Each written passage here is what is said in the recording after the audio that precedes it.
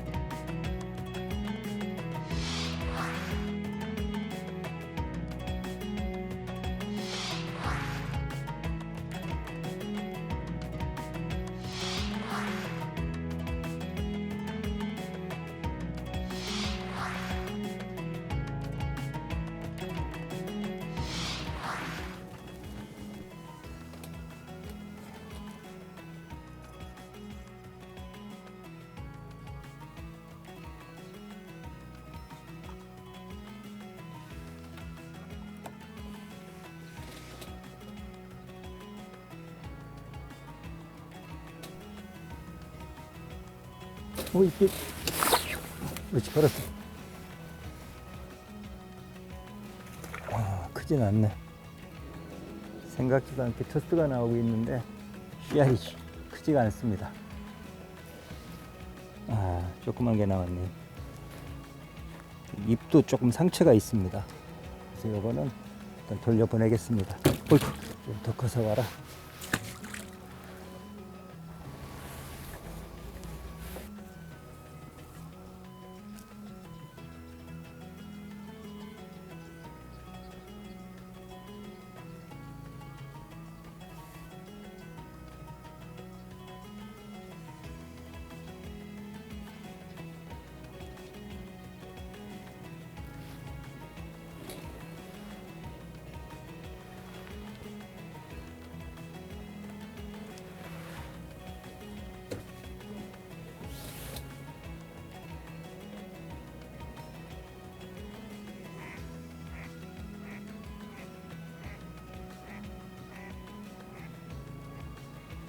이렇게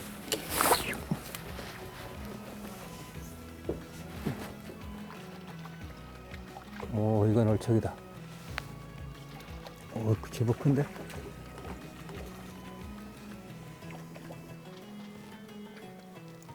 지금 막 어두워져서 7시가 조금 넘은 시간입니다. 근데 밤낚시 시작한 지 얼마 안 됐는데 맨 우측에 있는 9대 폈거든요. 9번대에서 올라왔습니다. 지금 양그루텐 낚시를 하고 있는데 이 쥐보용 그루텐, 흰배레 세트거든요. 오히려 쥐보용 그루텐을 먹었습니다. 34.5 정도. 35는 조금 안 되는 허리급입니다. 초저녁부터 아주 튼실한 놈이 한 마리 올라와줬습니다. 이거는 내일 아침에 사장님 사진 찍어야 되니까 보관을 하겠습니다.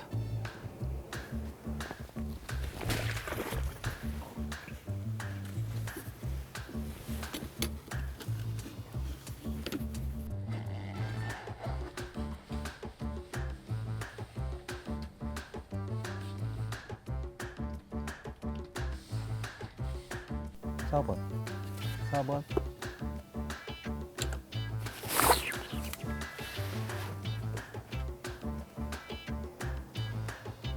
던지자마자 왔어요.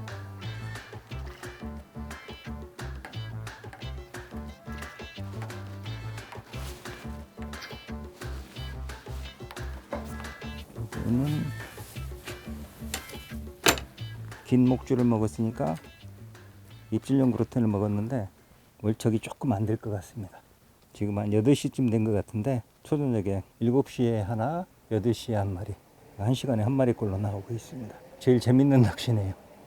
억지로 월척이네요. 딱순입니다. 딱순이. 딱 턱걸이 월척입니다. 그래도 이쁘게 생겼습니다.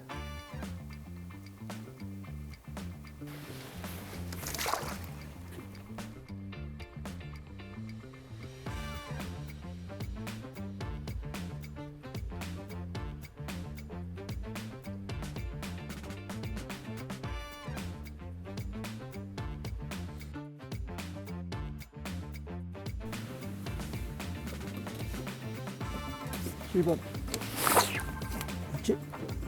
크다. 오, 크다 이거.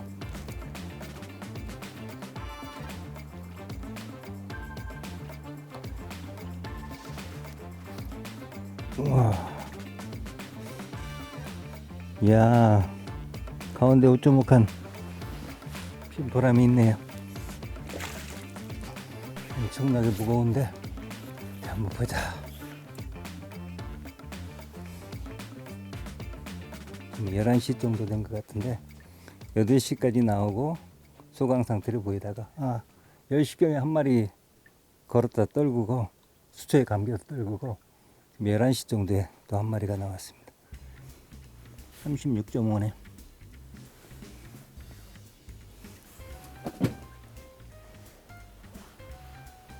좋습니다.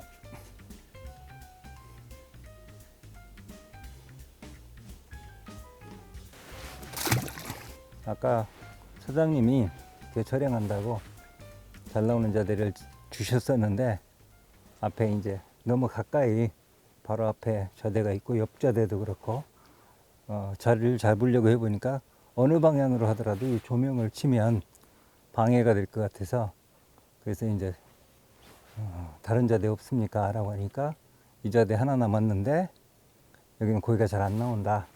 많이 나와야 하루 저녁에 한두 마리 요즘 조항이 떨어졌다고 그러시는데 그래도 좀 편하게, 왜냐면 낚시하면서 다른 분한테 방해 주면 안 되니까 이쪽에서 하겠습니다 라고 왔는데 제가 즐기는 낚시 하러 온 것도 아니고 촬영하러 왔으면 뭐 한 마리라도 더 잡아야 되는데 그렇게 제가 선택을 할 때는 뭔가 믿는 구석이 있었지 않겠습니까? 믿는 구석이 있었습니다.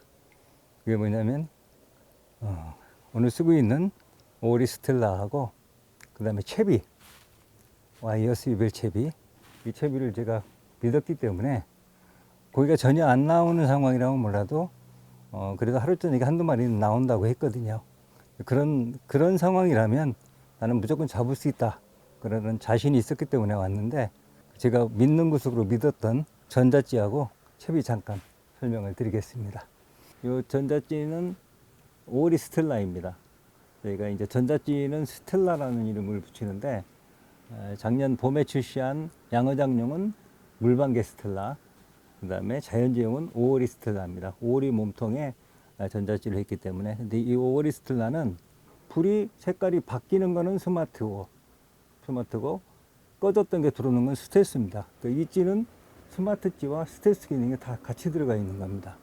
이걸 꺼져 있게 한 이유는 대물 낚시를 하는데 양어장은 뭐 수심이 있으니까 또 2대만 피니까 물속에 켜져 있어도 되지만 이 노지 대물 낚시는 여러 대를 다대 편성을 하고 또 수심이 아주 낮은 뭐 1m 이내에서 하는 경우가 많은데 물속에 이렇게 불이 다 이렇게 켜져 있는 상태로 있으면 대물들이 경계심을 가져서 들어오지 않을 수도 있고 거의 뿌연하게 보일 수도 있습니다. 그 다음에 들어온 상태에서 유지되는 시간, 보통 대부분의 찌가 2초 정도를 주거든요. 스마트 캐미도 마찬가지고.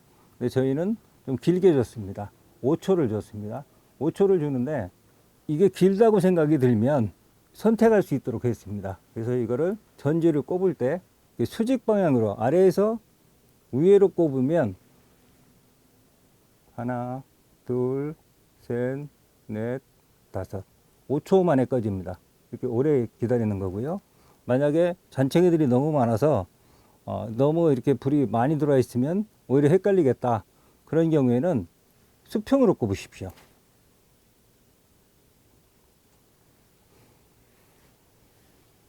그러면 하나, 둘, 2초 만에 바뀌어버리면 꺼져버립니다. 그 다음에 이마저도 너무 많이 들어와서 헷갈린다.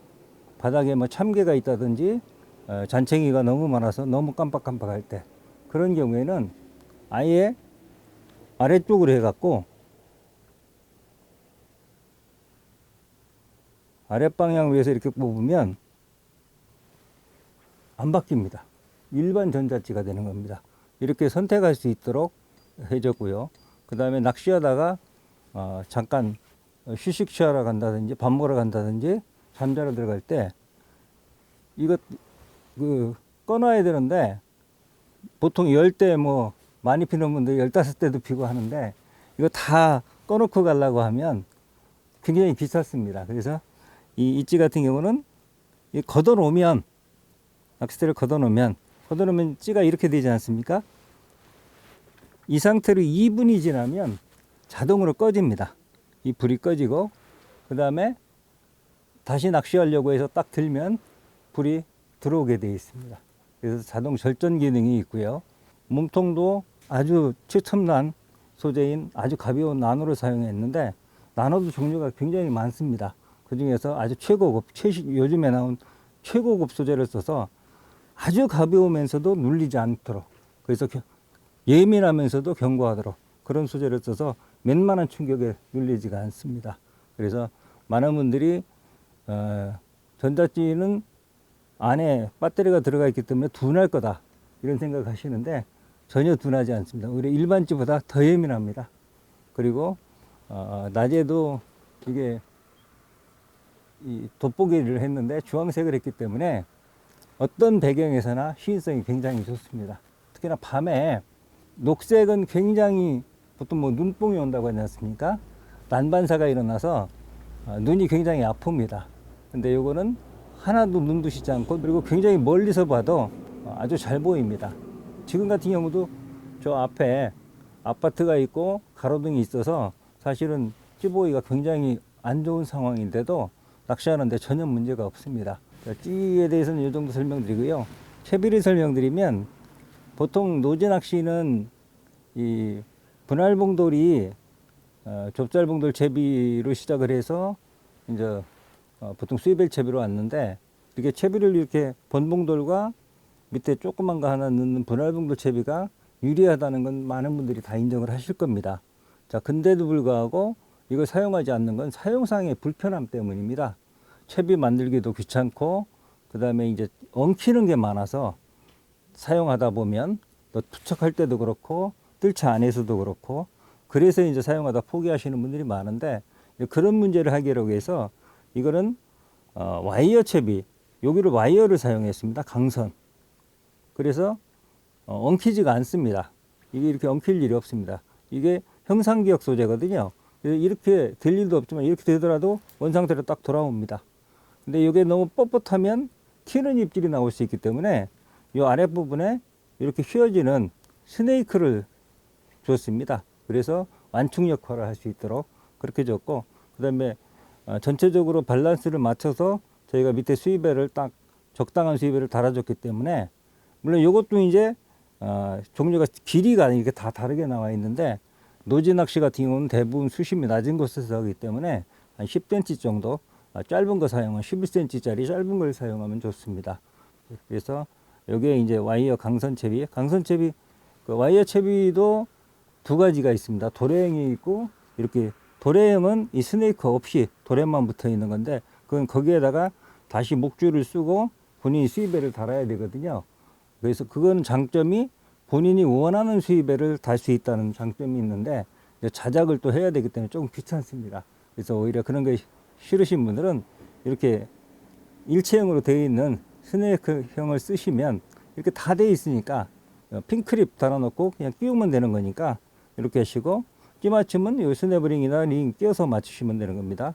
찌맞춤 할 때는 여기까지 요 바늘만 빼놓고, 요 바늘 목줄만 빼놓고 11까지 이거 하나로 되어 있으니까 달아서 찌맞춤하면 되니까. 찌맞춤 하는 거는 일반 그 뭐 좁쌀봉돌채비나 완봉돌채비나 똑같습니다. 먼줄에 따라서 먼줄이 가는 경우에는 천천히 내려가서 요 정도 찌탑 다 나올 정도로 하시고, 보통 일반적으로 한 2호에서 3호 정도 그렇게 쓰신다라고 하면 fem이 반 정도 나오게 그렇게 맞추시면 되고, 굵은 줄을 쓰신다, 한 4호나 5호 가본 줄을 쓰신다 그런 경우에는 수면 일치 정도로 그렇게 맞추시고요. 그렇게 맞춘 다음에 찌에 올려서 떡밥 달고 던졌을 때 한 목 정도 나오도록 그렇게 내놓고 사용하시면 됩니다. 그래서 이 찌하고 이 채비 이 두 가지를 사용하시면, 제가 불공정 게임이라는 말을 썼습니다. 왜 그러냐면 그동안에는 우리 낚시인들이 물속을 볼 수가 없었지 않습니까? 그래서 붕어가 왔다 가더라도 모르는 경우가 많았는데, 이거는 붕어가 오면 이제 예시를 해주면 이렇게 바뀌면서 붕어가 왔다라는 걸 알 수가 있습니다. 그래서 딱 집중하고 있으면 이렇게 바꾸면서 올라오니까 그거 보고 채면 되니까 붕어가 왔는지 안 왔는지 예신까지 알 수 있고, 그 다음에 왔구나 해서 집중해서 본신을 보고 챔비하면 되거든요. 그래서 훨씬 더 유리해지기 때문에, 그래서 제가 불공정 게임이다, 붕어보다 낚시인이 유리해지는, 또 잊지 말고 다른 찌를 쓰시는 분들보다 이 찌를 쓰시는 분들이 더 유리해집니다. 그래서 이 오리스텔라 스마트 찌하고 요 스위벨 와이어 채비 스네이크형으로 여러분도 불공정 게임을 한번 경험해 보시기 바랍니다.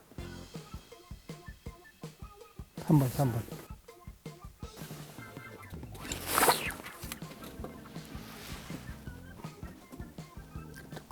이것도 크다.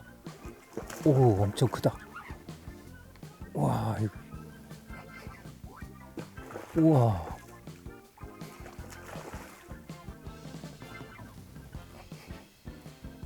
와, 이거 진짜 크다.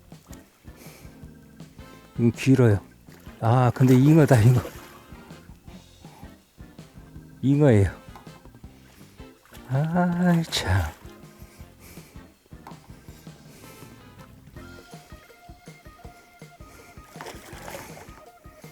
네가 왜 나오냐?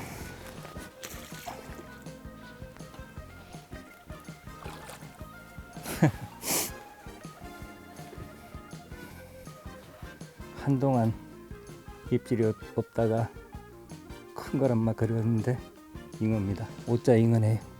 이건 대상어가 아니니까 돌려보내겠습니다.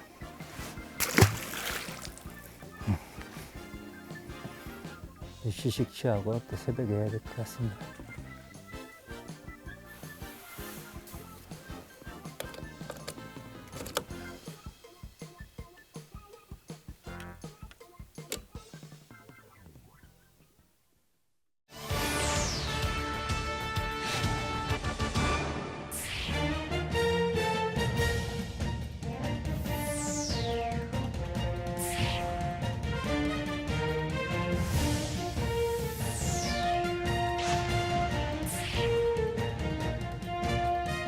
낚시라면 누구나 한 권쯤 소장할 가치가 있는 정말 놀라운 책입니다.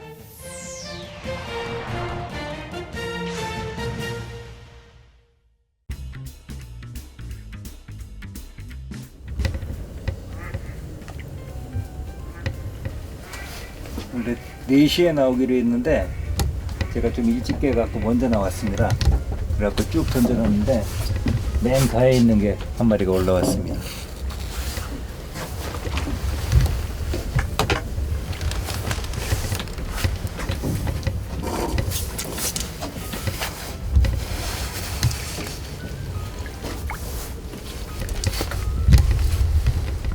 네 시가 다 됐길래 조피들이 깨웠거든요. 그래서 좀 꺼내지 않고 기다렸더니 붕어가 지쳤네요. 아, 깨끗하네요. 이거 월척 될까요? 월척은 되네. 이것도 딱순이네요. 31 정도 됩니다. 일단 넣고요. 지금 시간이 다시 울리네요. 4시 10분입니다. 제가 한 50분 정도에 나왔거든요. 3시 50분. 쭉 던지고 한 10분 정도 지났는데 한 마리가 나왔습니다. 지금부터 여명 밝으려면 한 2시간 정도 남았거든요. 이 시간에도 나오는 시간이니까. 그리고 나서 이제 밝고 나면 베스터는 오전장이 조금 늦게 시작됩니다. 6시부터 한 8시까지는 소강 상태에다가 8시부터 한 10시까지 이때 또 입질이 오거든요. 그래서 지금 새벽 낚시하고 아침 낚시 이어가도록 하겠습니다.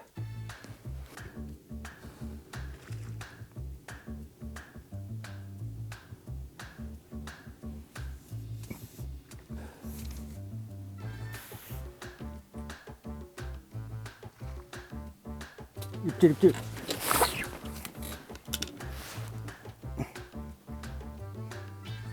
희한하게 이쪽에서 나오네.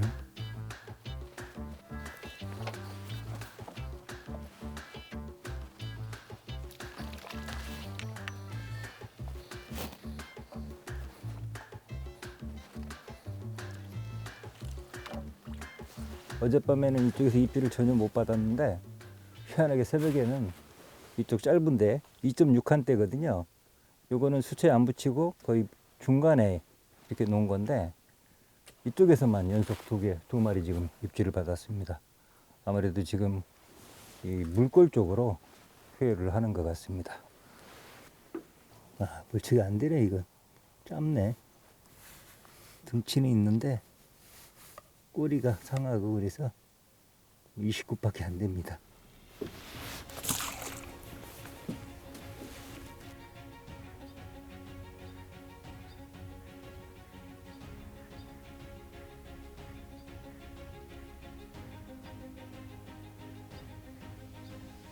입질.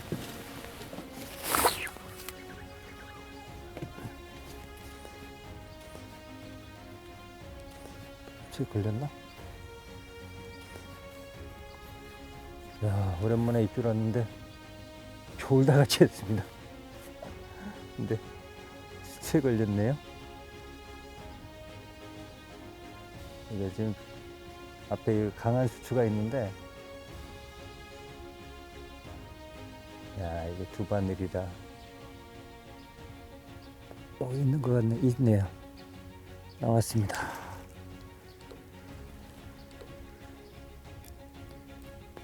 제법 크네. 지금 여명이 막 박는 순간인데 5시 이후에 입질이 없어서 의자에서 졸았습니다. 빡빡 졸다가 입질 늦게 보고 둥둥 떠 있는 걸 챘는데, 그러다 보니까 제압도 제대로 못해서 이 수초에 감았는데 그래도 나왔습니다. 이것도 보기엔 최고는 월척 될 것 같은데 길이가 이렇게 길지가 않네요. 꼬리가 짧아서 이것도 안 될 것 같네. 딱 월척이네. 31이 채 안 되네요. 베스터에서는 이 시간이 입질이 잘 없는 시간인데 그래도 여명 박는 시간에 한 마리가 나와줬습니다.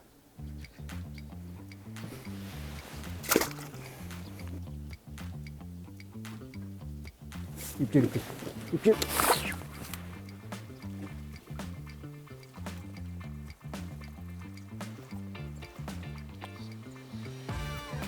진짜 크다.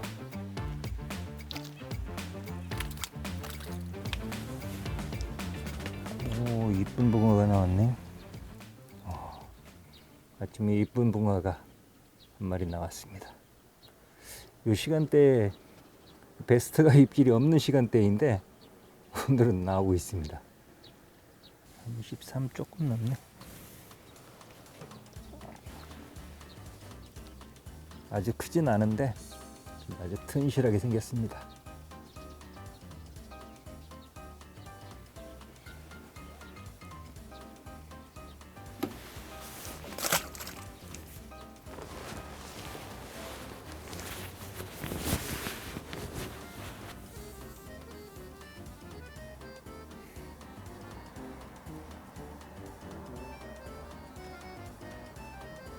입질.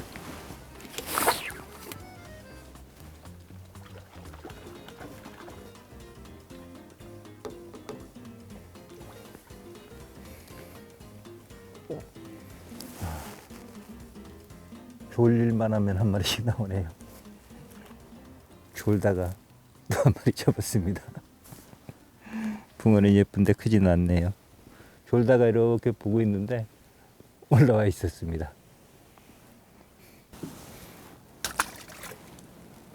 심심하지 않을 정도로 잠자지 못할 정도로 그렇게 한 마리씩 오네요. 이 호남집 이 좌대는 제가 처음 타봤는데 여기는 처음 온 사람한테도 인사성이 굉장히 밝은 것 같습니다. 입질. 야, 뭐야 이거? 왜 이렇게 날려? 어우, 야야. 너 왜 이래? 이거 뭐 배스야 뭐야? 붕어인데 그러네? 붕어인데 이렇게 난리를 쳐? 이번에는 입질도 좀 이상하고 옆으로 확 쬐는 게 붕어 같지 않고 배스인 줄 알았습니다. 근데 붕어네요. 이거 딱 월척될 것 같습니다. 31.5 정도 돼. 요것도 짧은 목줄 먹었거든요. 이 짧은 목줄에 그 집어용 쉰배리 세트를 달고 있는데 오늘은 입질용보다 오히려 집어용으로 달고 있는 쉰배리 세트를 더 잘 먹는 것 같습니다.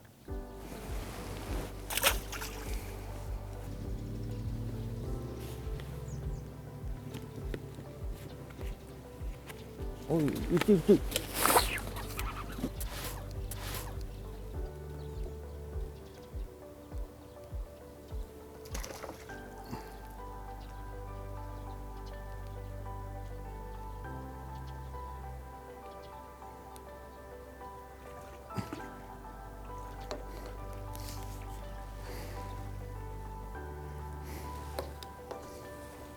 빵은 좋은데 길이가 크지 않은 것 같다.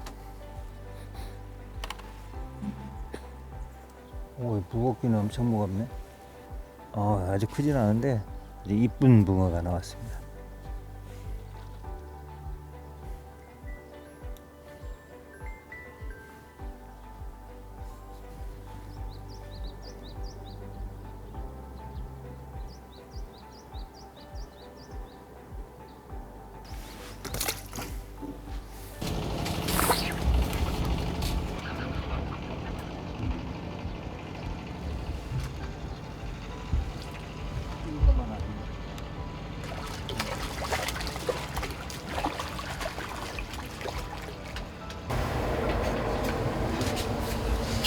이 붕어를 마지막으로 마무리해야 될 것 같습니다.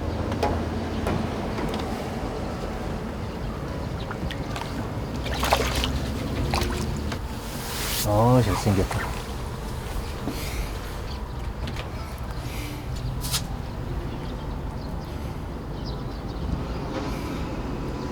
다음에 또 오라고 하는 굿바이 붕어입니다.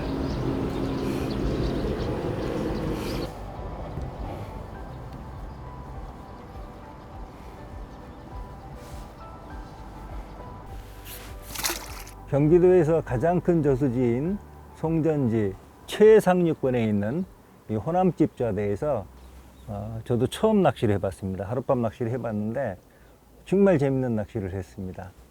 어제 들어와서 사장님이 사실은 최근 조항이 좋은 좌대를 주셨는데 제가 이제 너무 다른 분들하고 너무 가까이 있어서 조명이 낚시하는데 방해가 될 것 같아서 가장 조용한 좌대를 주십시오. 유일하게 비어있는 데가 이 맨 위에 있는 이 좌대인데 여기가 최근 조항이 제일 안 좋답니다. 그래서 사장님이 굉장히 걱정을 많이 하셨는데 제일 조항이 안 좋은 좌대임에도 불구하고 거의 월척급으로 10마리 이상을 했습니다. 뭐 허리급 세수 포함해서 월척이 7, 8마리는 되는 것 같습니다. 그 정도 되면 아마 이 좌대 말고 어느 좌대를 타더라도 아주 불리한 채비, 불리한 찌나 불리한 채비, 불리한 찌맞춤만 사용하지 않는다라고 하면 어느 좌대를 타시더라도 충분히 손맛을 보실 수 있을 것 같습니다. 이게 송전지는 이 수도권 낚시인들한테는 정말 축복의 땅, 축복의 저수지입니다. 왜냐하면 보통 이렇게 토종붕어 이 정도 만나려고 하면 200km 이상 밑으로 내려가야 되는데 여기 제가 집에서 찍어 보니까 제가 강동구에 살거든요. 서울 강동구에 사는데 내비 찍어 보니까 한 65km 정도 되더라고요. 그리고 새로 뚫린 고속도로 타고 오니까 1시간이 채 걸리지 않았습니다. 1시간 이내에 수도권 어디서나 도착할 수 있는 이렇게 좋은 그 저수지가 토종붕어 낚시터가 있다라고 하는 것은 정말로 축복받을 일입니다. 그래서 토종붕어 낚시를 너무 어렵게 생각하지 마십시오. 특히나 양어장 낚시 위주로 다니시는 분들은 이 토종붕어 낚시가 이렇게 다대평성을 하니까 또 장비도 그렇고 굉장히 어렵게 생각을 하시는데 그렇게 생각하실 필요 없습니다.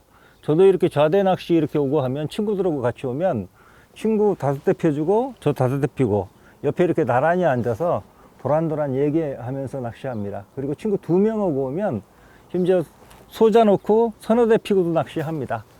그래도 얼마든지 오히려 집중해서 낚시하면 그게 10대 핀 것보다 더 나을 때도 있습니다. 그러니까 너무 어렵게 생각하지 마시고 여러분들이 양어장 장비 있는 거 그대로 갖고 오셔도 됩니다. 대신에 이제 바닥 걸림도 있고 큰 게 걸릴 수도 있으니까 채비만 원줄부터 목줄 바늘 이런 채비만 좀 튼튼하게 하고 오시면 됩니다. 그래서 이 바닥 작업도 다 돼 있거든요. 여기도 와 보니까 포인트도 굉장히 좌대를 좋은 곳에 놨고 또 바닥 작업도 사장님이 잘 해 놓으셨습니다.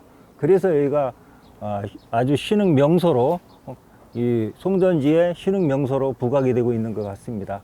그래서 또 여기뿐이 아니라 대부분 좌대가 그렇게 되어 있으니까 토종붕어 낚시에 익숙하지 않으신 분들은 이렇게 송전지 같이 이렇게 잘 돼 있는 곳에 오셔서 처음 토종붕어 낚시를 한번 시도해 보실 것을 권해드리고요. 그리고 이렇게 3월 달에 이렇게 붕어들이 잘 나오니까 이제 이 산란기가 올해는 빨리 와서 끝나는 게 아닌가 생각할 수 있는데 그렇지 않습니다. 항상 진짜 산란 피크는 이 부돌 새순이 한 10cm 정도 올라올 때 그때가 피크입니다. 그리고 버드나무가 완전히 연초록으로 바뀌고 그 꽃이 하얀 그 꽃가루가 저수지에 하얗게 덮을 때 그게 이제 시기적으로 보면 한 4월 10일부터 25일까지 4월입니다.